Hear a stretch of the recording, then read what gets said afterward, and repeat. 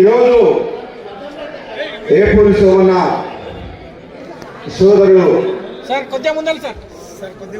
రచించిన పాటలు 25 సంవత్సరాలు పురస్కరించుకొని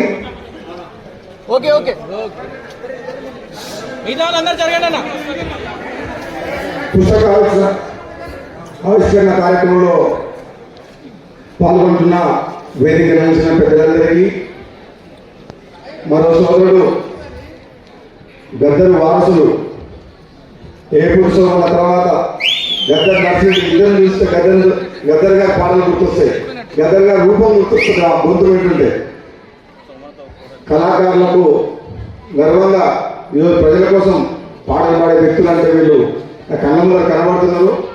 వాళ్ళతో పాటు మాజీ మంత్రి వర్యులు సోదరి పుష్పవీణ గారు, వేదిక నుంచి పెద్దలందరూ, మీ అందరికీ కూడా నా హృదయపూర్వక నమస్కారం. ఒక్కసారి స్టార్ట్ చేస్తే మనం ఎంత దూరం. కేసీఆర్ గద్ద దింపుతాం, కేసీఆర్ కుటుంబం జైలు పంపిస్తామని చెప్పిందా అది మొత్తం వస్తారు. అసెంబ్లీలో గట్టిగా మాట్లాడి ఈ కాళేశ్వరం ప్రాజెక్ట్ వద్దు అని చెప్పిందా లేదా? ఈ బెండు షాపుల తాగుడేందని అడిగినా లేదా? ఈ లక్షల కోట్ల అప్పులేందని అడిగినా లేదా?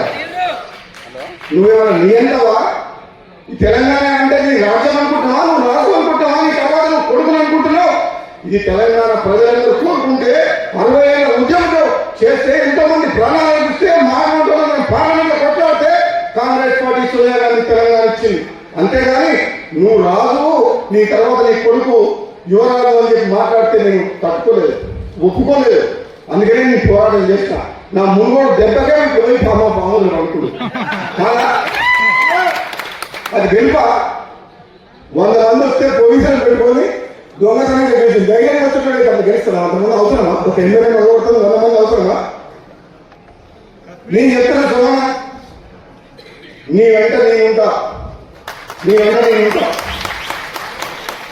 నేను అన్ని పదవులు చూసిన, ఎమ్మెల్యే అయినా, ఎంపీ అయినా, ఎమ్మెల్సీ అయినా. నాకు మీలాంటి వాళ్ళని కాపాడాలి, మీలాంటి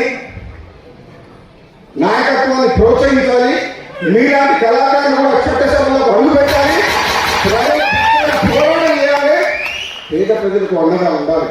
అదే కదా మన సామాజిక తెలంగాణ కోరుతుంది. మన తెలంగాణ ఉద్యమం నడిచిందే తెలంగాణ ప్రజల యొక్క ఆత్మ గౌరవం కోసం, ఆత్మ కోసం, డబ్బుల కోసం, పదవుల కోసం కాదు, ఆత్మ గౌరవ నినాదాల కోసం తెలంగాణ. మీరు ఎవరు కాలు మొక్కాల్సిన అవసరం లేదు.